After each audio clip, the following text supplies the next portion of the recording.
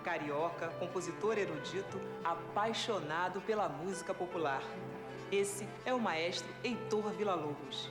Ele costumava dizer que suas obras eram como cartas que escrevia para a posteridade, sem esperar resposta. Suas obras eram polêmicas. Foi considerado um rebelde por acrescentar à música clássica combinações instrumentais inusitadas, tais como percussão popular e a imitação de canto de pássaros. Faz 50 anos que Villa-Lobos nos deixou.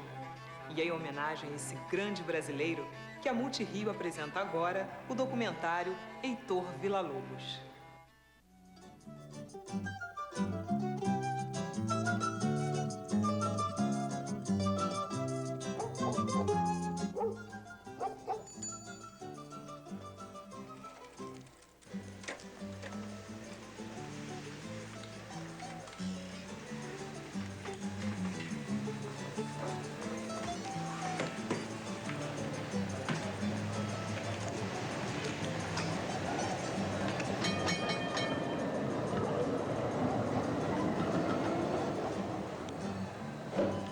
Nunca, na minha vida, procurei a cultura, a erudição, o saber e mesmo a sabedoria nos livros, nas doutrinas, nas teorias, nas formas ortodoxas. Nunca. Porque o meu livro era o Brasil. Não o mapa do Brasil na minha frente, mas a terra do Brasil, onde eu piso, onde eu sinto, onde eu percorro. Ele tinha a reputação de fazer coisas surpreendentes, coisas modernas. Então Ernesto Nazaré dizia para ele: olha lá o que você vai fazer com a minha música, hein? Não bole na minha música, não. Ele participou, juntos com os Chorões, de toda aquela cultura de rua que estava acontecendo. Naquele momento havia uma ebulição no Rio de Janeiro, onde a música popular brasileira estava nascendo, e ele foi um dos pais dessa música.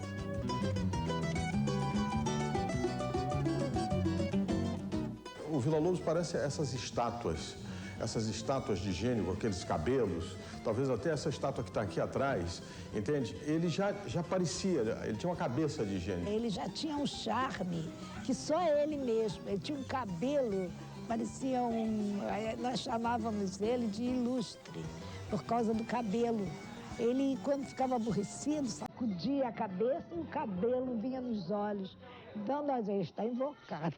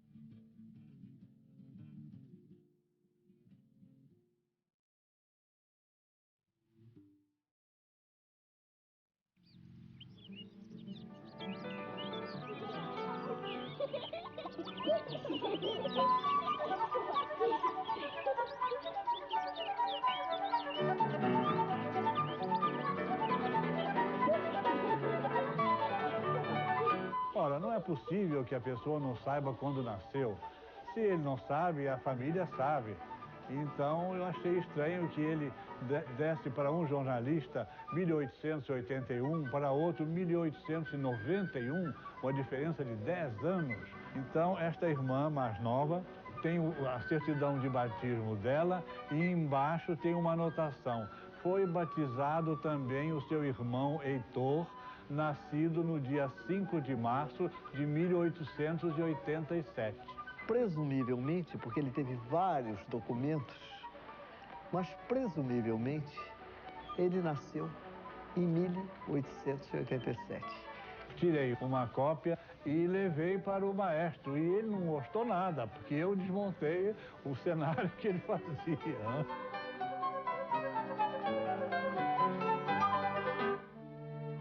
Um ano antes da abolição da escravidão, um ano antes, 2 anos antes da República, num período extremamente difícil para a vida brasileira, porque não era apenas o trabalho que se desagregava, era um novo regime que surgia. Pensava-se na queda de um ministério e acabamos tendo uma república.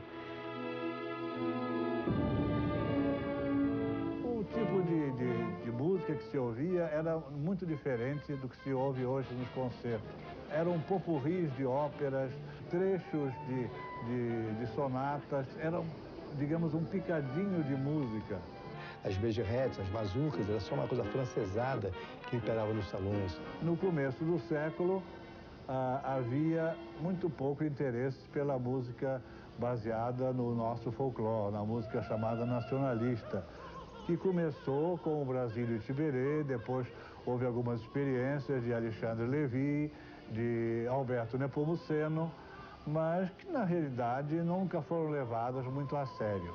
Porque antigamente as canções que eram feitas no Brasil eram sobre textos em italiano, em francês, em espanhol, raramente se cantava em português, que era considerado uma língua não musical.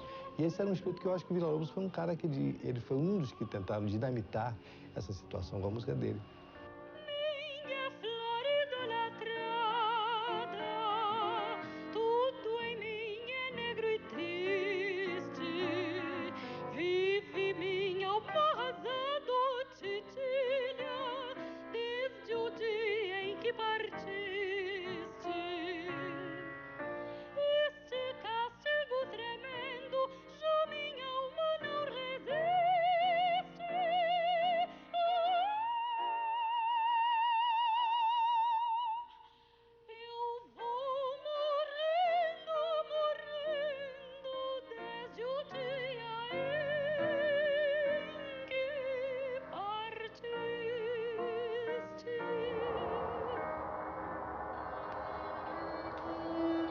Desde a mais tenra infância, iniciei a vida musical pelas mãos de meu pai, tocando um pequeno violoncelo.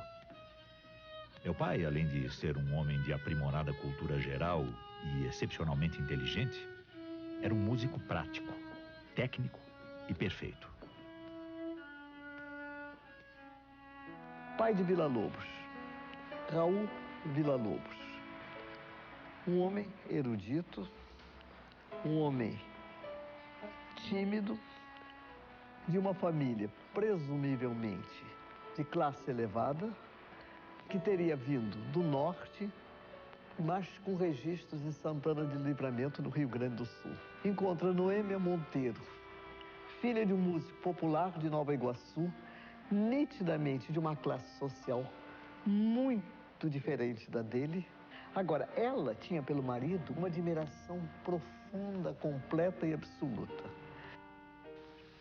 E foi o tipo da mulher-mãe, severíssima. Ele era um músico amador, casou-se jovem, conseguiu apenas um pequeno posto de amanauense da Biblioteca Nacional. Esse termo eu acho que nem mais se usa, seria hoje escriturário. Mas tinha todos os amigos ilustres. Aqui perto, ele foi um dos fundadores do Clube Beethoven. Era violoncelista, era um músico que teve boa formação erudita. Com meu pai, assistia sempre a ensaios, concertos e óperas. Aprendi também a tocar clarinete e era obrigado a discernir o gênero, estilo, caráter e origem das obras, como a declarar com presteza o nome da nota, dos sons ou ruídos que surgiam no momento.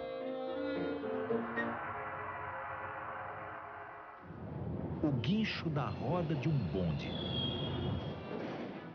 um pio de um pássaro,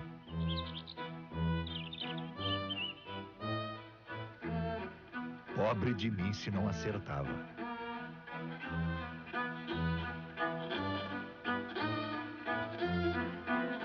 Não sei se é verdade aquela história de dizer que amarrava. Aquilo pode ser brincadeira do Villa-Lobos, que ele, como aluno, deve ter sido a coisa pior possível, né? O que ele queria mesmo era sair para brincar, soltar papagaio, se divertir, porque ele era um homem que amava a vida. Volta pra casa, Turru!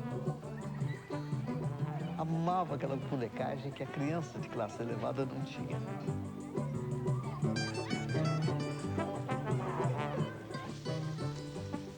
Porque a criança de classe elevada era toda arrumada francesadamente ou inglesadamente.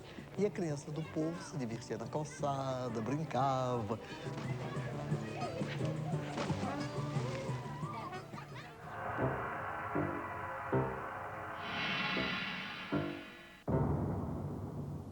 Esse momento histórico é da maior importância. Raul Villa-Lobos era um homem erudito. E escreveu vários livros, inclusive em pleno período Floriano Peixoto. Ele escreve um artigo de combate ao Floriano Peixoto, mas um combate aberto. Bem, ele é informado que irá ser preso. E informado por quê? Pelo vice-presidente da República, Manuel Vitorino.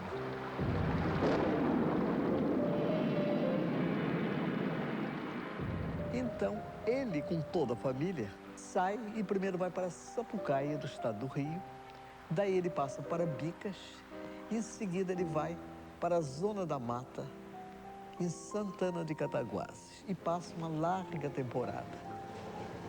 Ele ouviu seguramente os aboios, ouviu todo o cantador, o violeiro e ouviu uma das coisas mais importantes. Onde ele teria visto pela primeira vez um trenzinho caipira.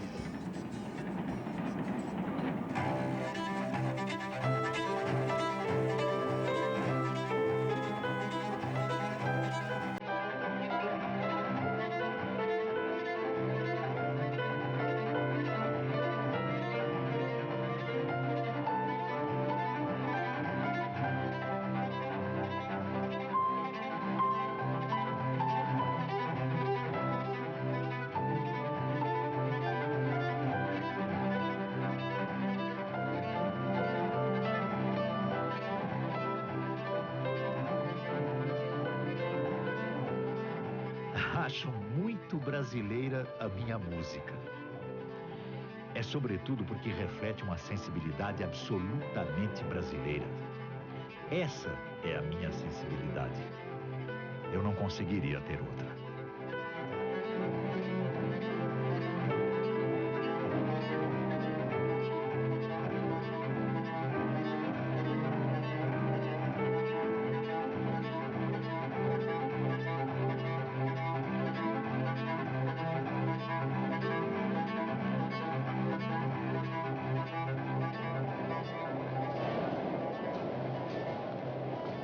Raul Villa-Lobos, quando chega de Santana de Cataguases, passa de amanuense da Biblioteca Nacional para chefe da Biblioteca do Senado, que está sendo criado. Muda de endereço, vai para a Rua de Riachuelo, onde era uma rua nobre na ocasião. Tinha saraus musicais que compareciam os músicos amadores, porque o músico profissional era considerado coisa de menor importância. Socialmente não era bem aceito. No entanto, esse mesmo grupo cria aqui bem próximo o Clube Beethoven, onde fazem a música erudita da melhor forma. O que frequentava o Rio de Janeiro daquela época? Estação de verão, febre amarela. Estação de inverno, varíola. O Raul Villa-Lobos adquire a varíola. Nesta ocasião, ele morava próximo ao Outeiro da Glória e em 3 dias esse homem morre.